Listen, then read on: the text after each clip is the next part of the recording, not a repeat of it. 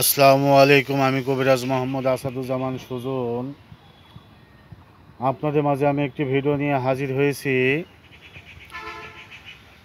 যেসব ভাইরা বলেন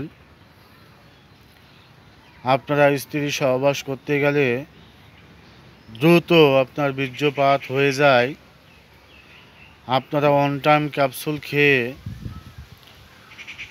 অন টাইম বড়ি খেয়ে, সিরাপ খেয়ে একবারে শেষ করে ফেলেছেন, আপনারা হতাশ হয়ে গেছেন যে আমরা কিভাবে বাঁচব, কি খেলে বাঁচব, কি করলে বাঁচব। আমি আপনাদের মাঝে আপনাদের বাঁচানোর জন্য আমি একটি টোটকা নিয়ে আপনাদের মাঝে হাজির হয়েছি।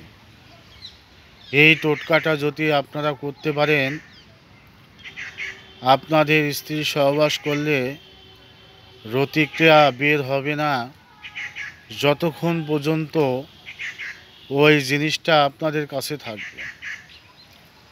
তাহলে কোন জিনিসটা রাখলে আপনাদের রতিক্রিয়া হবে না বা বীর্য আউট হবে না, কিভাবে সংগ্রহ করবেন, কিভাবে ব্যবহার করবেন, আমি বিস্তারিত ভেঙে ভেঙে আপনাদেরকে বোঝাবো।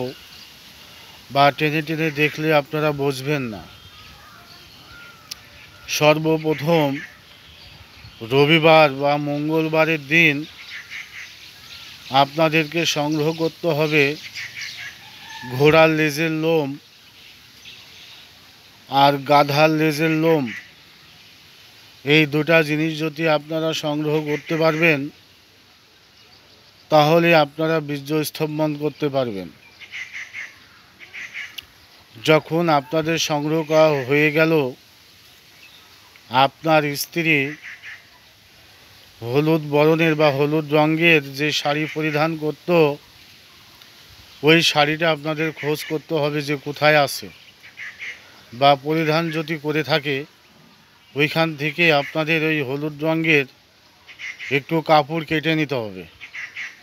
কেটে নিয়ে ওই যে গাধার লেজের লোম, ঘোড়ার লেজের লোম সংগ্রহ করেছেন, ওই হলুদ রঙের ওই কাপড়ের উপরে রেখে আপনাদেরকে ঘির দিয়ে বাঁধতে হবে।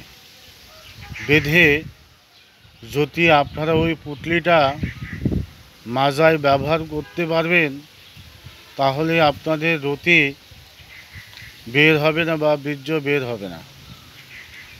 যদি আপনারা এটা অন্যায় কাজে ব্যবহার করেন, সেই ক্ষেত্রে আপনার ওটা কিন্তু নষ্ট হয়ে যাবে, কাজ করবে না। আপনার স্ত্রী ছাড়া কোনো বাইরের মহিলার সঙ্গে আপনারা মিলিত হতে পারবেন না।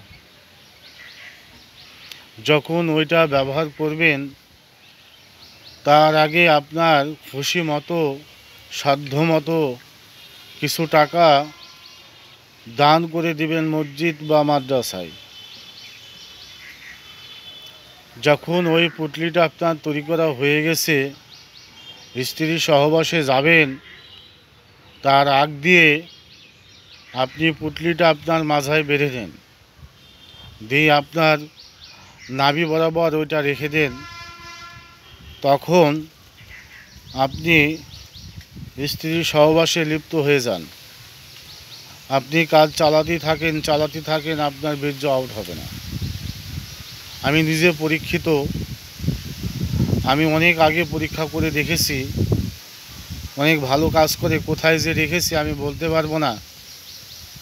যদি আপনারা সংগ্রহ করে দিতে পারেন, আপনাদেরকে আমি হাদিয়া দেব ইনশাল্লাহ। যদি আমার ভিডিওটা আপনাদের ভালো লাগে, লাইক দেবেন, শেয়ার করবেন, কমেন্ট করবেন।